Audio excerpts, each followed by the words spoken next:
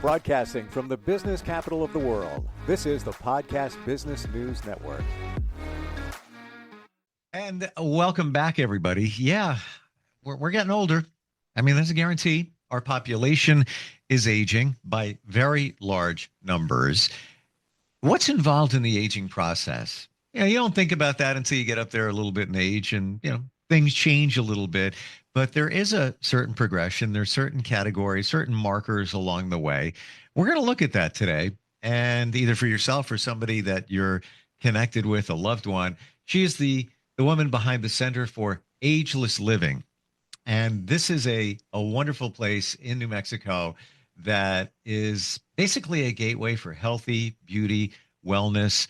Honestly, I've never seen anything like it, right down to the bakery. Just amazing what they have there. And she is back with us. Actually, you're in the bistro now, aren't you? I'm actually in our education training building right now. Okay. So, Okay. Yeah. Suzette Lindemuth is back with us. How are you doing today? I'm doing great. It's a beautiful day here in New Mexico, finally warming up a little. I'm sorry those of you that are experiencing the cold weather. Mother Nature doesn't seem to be very happy these days. My gosh, to your point, I just talked to somebody, did a podcast with them, and they're in Louisiana, New Orleans, and I wasn't aware that they got 10 inches of snow, pretty much crippled the entire area. That's the most snow they've gotten in 130 something years. And of course, almost a state of emergency in Florida now because of some snow. Crazy. You guys had snow so far this season there, right? We have had snow, and we would love to have a little snow here. We're in a drought here, like many of the southwestern states, but we have had snow up in the mountains, and the ski areas are open, so people are enjoying New Mexico. As we always say, it's the land of enchantment. So we're happy that people are coming here and visiting us. So please come and see us. Love it. So let's talk about the stages of aging. Where do we begin with that? Well, I do think that, we start aging as soon as we're born. So I think we kind of failed to miss that concept along the way. And as we age, I think there are just mile markers. And I think that 7-year cycle does exist, that every 7 years you feel a little bit of a change in your body. Our skin rejuvenates approximately every 7 years. So there are things within our own body system that are changing. I usually say every 10 years you start to feel things really change. So about 55, you start to recognize you're not quite 45 anymore. And then at 65, you really start to question the journey of aging. And then at 75, I think that's when a lot of people are saying, I need assistance with this. I need help with this. I'm not as strong as I used to be. And so some of the things that I kind of am focusing on these days is sort of the concept of stability and strength and stamina. I talk to my friends, and those are some of the things that they say are the most important. And, we're all in that 65 to 75 age group. And that's where I think you start to say, what is my life going to look like when I'm 70, 80, 90? The one thing I've noticed and experienced, won't tell you my age, but what you're talking about, mobility and how stretching is so important, and we minimize it, but it's everything. And I go to the gym and I see even younger people in their 20s spending a ton of time stretching. And I feel even as you get older, that's a we talk about the strength and the stamina. That is key. I just, that's been on my radar recently. What are your thoughts there? Well, I would like to start with stability, because I think being stable with your body, having your feet on the ground, feeling grounded is really a critical component of our health. There's nothing worse than falling. So balance is essential to good aging. And there are simple exercises that you can do to improve your balance. But falling is one of those things that occurs that you're so unprepared for. It's like a shock to your system when you fall, because you can trip, you can I have been suffering from some vertigo, and all of a sudden, not being able to be balanced and stable made me go, wow, this is such a critical part of what we need to work on to age well. So I think being stable in our environment, is our home life stable? Are we safe? Do we have the financial resources? So stability, I think, is an interesting word to describe a lot of things that you can think about when you're in that aging process. Luckily, there's solutions to a lot of problems, and you have to just be aware of them. The vertigo was a simple little inner ear thing. It went away. And then I realized, wow, that was really a scary thing to not be stable. And then you talked about strength. Well, you're on a stability. Before we even get off that one, there's a lot that encompasses. And I also, you said grounded, and I took that as, steady feet on the ground, but there can also be stability in spiritualism too, where you're literally grounded in your life. You feel that, you've got certain support and things around you. Stability is a big one. It really is. And you don't hear the word very often used with aging, but I've been thinking a lot about aging because I'm on my own journey, and stability to me was a really powerful word that you really do have to have that strong, centered ability to be stable to age well. Suzette, I moved right on to the physical aspect. That was my first strength and all of that. And you stopped me and you went to stability, but now I'm seeing it in a whole different way.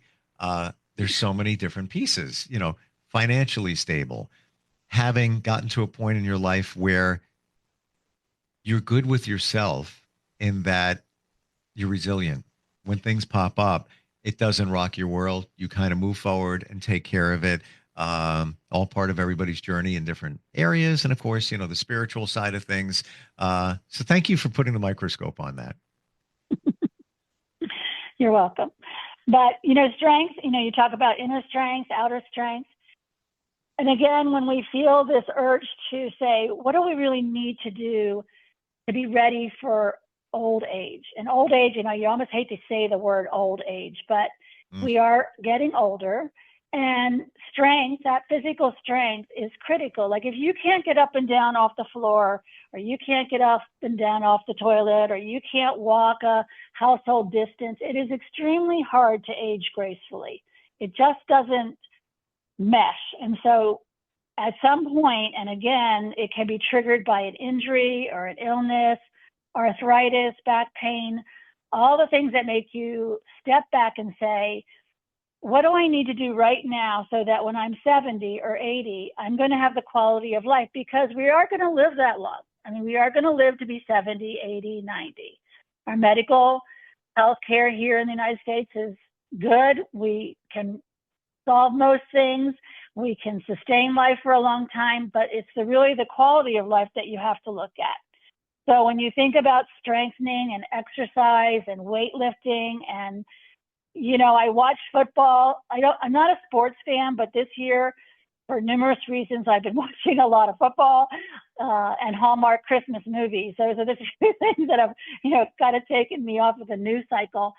And, you see these football players, their physical ability and endurance is just incredible. But you also know that they sustain a lot of injuries. You see them flipping and flowing, and they have to go back into training. They have to get into the gym with specialists, with physical therapists, and really rehab almost constantly from injuries. And so I have decided that I have to put on my helmet and get into the gym and get my personal trainer and work on strengthening so that when I am 70 or 80, I am going to have the physical strength to be able to endure old age. I think it bears saying that, in my understanding, it's never too late. Somebody might look at themselves, they might be 74 and say, I'm going to the gym. All right, what difference is that going to make? In my journey and watching others, it makes a big difference. If you stick with it, you're intentional, just to build some of that strength, some of that mobility. it can be very impactful, but I think we minimize it as we get older. What do you think? I agree with that. And I have several friends who, are retired in their 70s, and they literally go to the gym every day. They are very committed to it. They're not looking to run marathons. They're not trying to become a weightlifter in competition. They want to just remain active and strong. And they've also built a community around going to the gym. So it is their way to stay connected to young people, to others who are also on that same journey as them.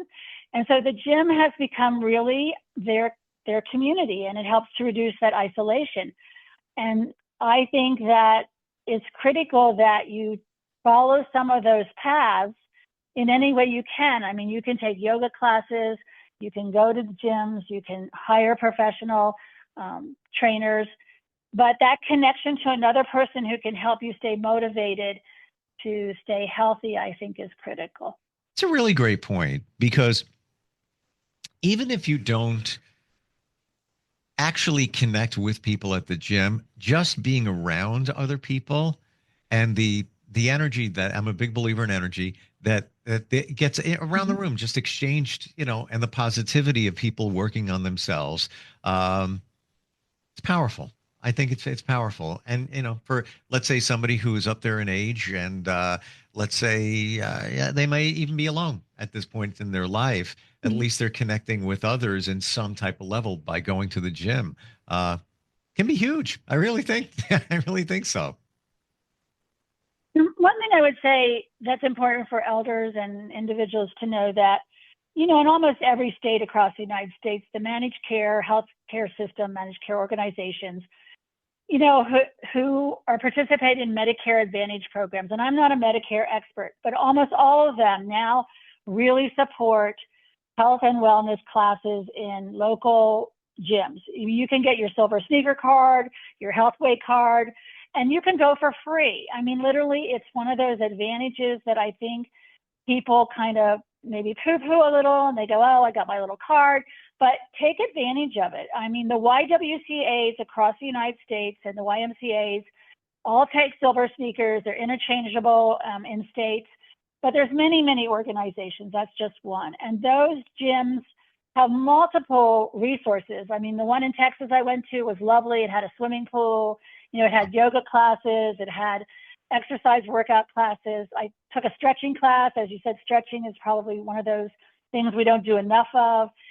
So take advantage of those programs. They're really invaluable. For sure. And just one final thing on the stretching and the mobility. Even in myself, even when I was younger, if I would bend down to pick up things or work on something, a car or whatever it might be, even when I was younger, my knees would be like, that hurts. And I started stretching more. I worked with a trainer. This is over the past year. And then lo and behold, recently I went to go pick up something, and I anticipated, well, this is going to hurt a little bit. Like, oh, it feels okay. Wow, that actually made a difference. But I didn't even realize it because it was incremental over time. So definitely makes a difference. The 3 S's that we're talking about here also includes one more, and stamina, right? How do we define that?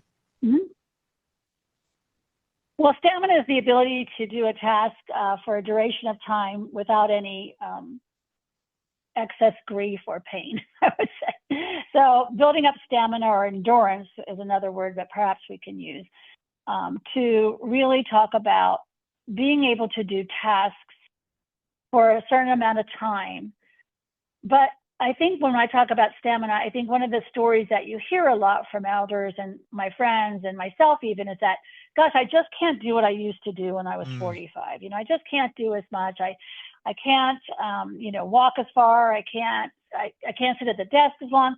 So the stamina starts to decline, and then we start to kind of maybe have excuses for that.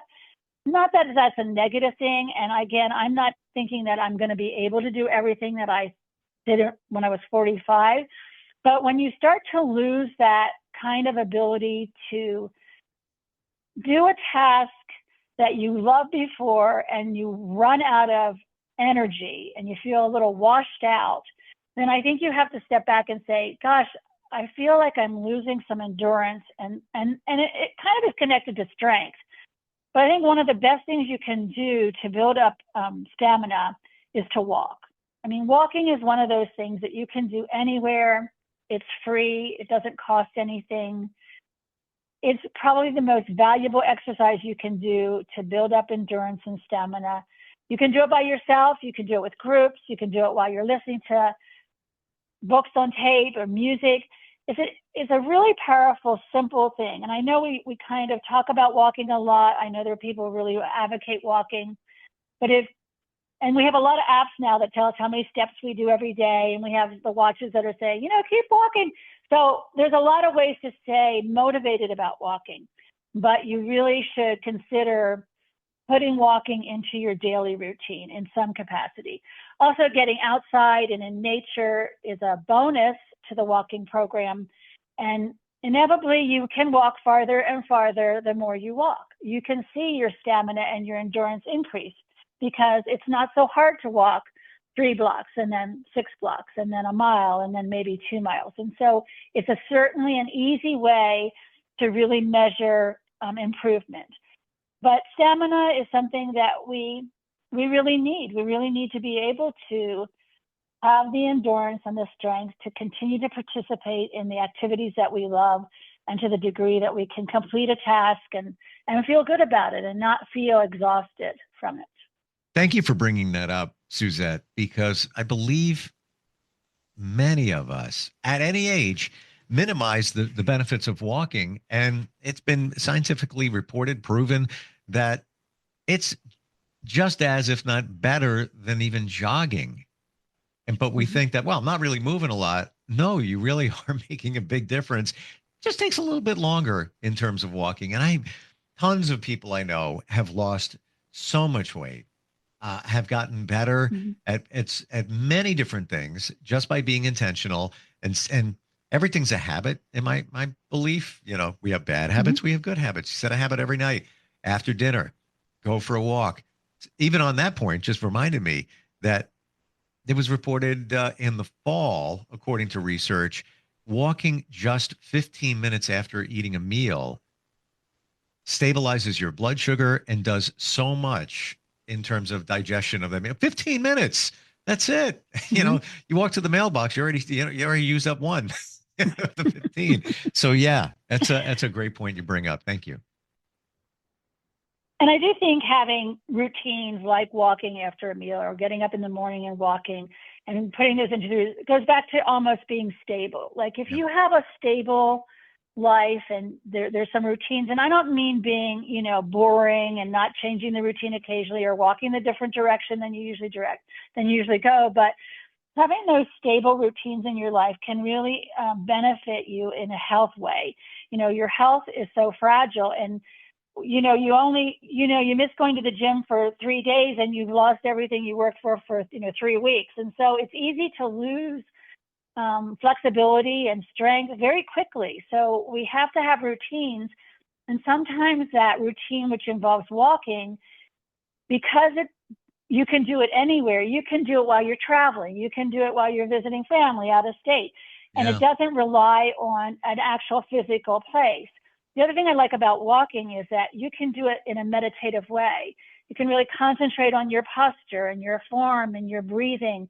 You could pay attention to your environment and the birds and the trees and the wind blowing. And it becomes almost a meditative, spiritual activity, and also building up stamina and endurance. So I think it's a win-win. And I try to walk every day. Some days I miss it because it was 1 degree yesterday here in Albuquerque, which is unusual. So, you can miss a few days, but it is important to put it into that routine, your routine of life, and try to create a stable, way in which to build each day on more strength and more endurance and more stamina. Again, thank you for bringing that up. And I really mean that. We minimize the value. And even as you're speaking, I'm thinking, when I don't go to the gym, I feel a little guilty, which I think is a good thing because it keeps you motivated. But I don't think about, I have a nice park. It's like a mile away. I haven't been there in a year. Why? What am I thinking? And even though it's cold out, put on some gloves, a hat, whatever you need to wear, and go for a walk, because you're also taking care of your mind, Mm-hmm. as you said. And so many people say, meditation, I can't do meditation. I don't know how to sit and do the meditative. No, you're right. Just walking is meditation, just Mm-hmm. clearing your mind. With the center, I love the name Ageless Living. How do you define that? How do you define that in relation to the center? So we define agelessness as the art of growing old without regard to time. So it's a process, it's a way of living, and that doesn't matter how old you are, that the concept of agelessness really transcends a number of how old you are.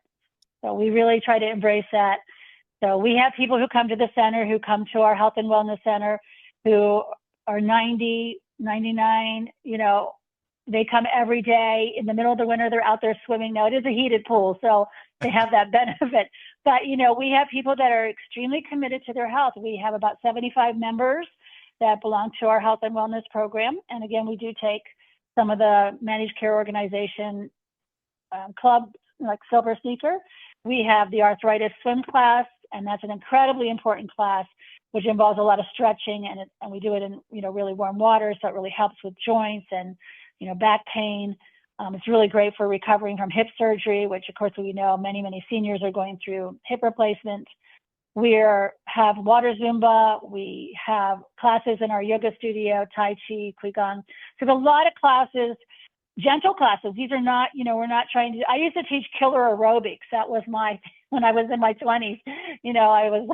I worked in corrections, and I was the recreation therapist because that was my training. And I taught a class called killer aerobics. And my job was to try to just exhaust, everybody so that they were a little bit more mellower.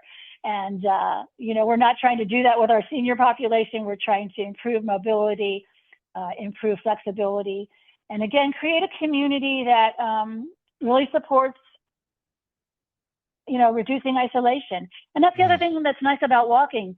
If you walk in your community, you're probably going to pass at least 3 or 4 people that you see every day walking at the same time you're walking. Sure. Because that's what happens in neighborhoods. People are out walking, and, you get to say hi to your neighbor, you maybe meet a new neighbor. So again, I go back to making it simple. Aging isn't supposed to be a hard process, and the ways to support it are not hard, but you do have to have consistency, and you do have to have commitment. We're just about out of time. One question, Suzette. Is age just a number? Yes. Yeah. I think people think of it as just a number. I think age is an interesting word in that, because for us, we don't define someone's function and ability by their age. But I think people are so connected, particularly in the United States, we always say, how old are you? How old are you? Mm-hmm. I mean, people ask that question all the time. Like, some people are proud of their age. Some people are like, oh, I would never tell anybody my age. So I think it's an interesting concept to talk about, the number that we associate with age and what does that mean. But and it's so true, because I think that's a personal decision. Yeah, but everybody looks at that number in a different way and has a vision of what that is depending on how old they are. But I'm sure, as you get older, you embrace it, if you're doing okay with the 3 S's that we talked about today. What's the best way for somebody to find out more about the center? Well, you can go to our webpage, nmagelessliving.com. You can email me at Suzette@nmagelessliving.com. Please check us out on the web. If you have any questions or concerns or thoughts about aging, you can send me an email. We'd love to bring them up into the podcast. Yes. I will say that next week we're going to be talking about something that might be somewhat controversial for people, and that is something called maid service. Do you really need maid service? And that really is medication assistance in dying. So I think those are some topics that may have of an interest to the general population, as we're all thinking about the process of dying. Sure. And it's very real. And all of us, it's inevitable. And we've got, if it's not on your radar, certainly loved ones, we got to think about that as well. Yeah. Thank you so much for being here today. Always, I love talking with you. And the 3 S's that we talked about today, again, you reeled me in the first one, and with good reason. I appreciate that. Thanks again. Okay, we'll see you next week. You got it. We'll be right back. Are you looking for even more of the podcasts and hosts that you love? The Podcast Business News Network is proud to announce that you now have even more ways to listen live. Check out the mytuner-radio, onlineradiobox, and simpleradio apps on iOS and Android, or find us online. Search for Business News Network on mytuner-radio.com, or search Podcast Business News Network on streama.com and onlineradiobox.com/US. Take your podcast on the go and don't miss a minute of the action.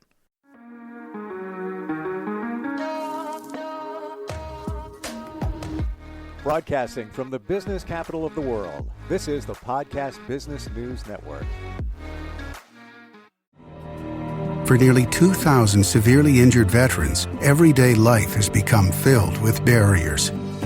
Day-to-day simple tasks can become pretty daunting. I have to carry my chair up 2 flights of steps or have somebody do it for me. What scares me the most is just the falling. When I'm struggling with my house, I think, to have that one great barrier just knocked down, it's crucial. Home for Our Troops is a wonderful nonprofit that builds a mortgage-free, fully adaptive, handicap-accessible house. And there's no catch. It'll be our very first home that we've ever owned. This is a game changer. This is where your life begins again. We need you to join us in completing this important mission. Please visit hfotusa.org and help build homes and rebuild lives. Because of you, everything's going to be okay.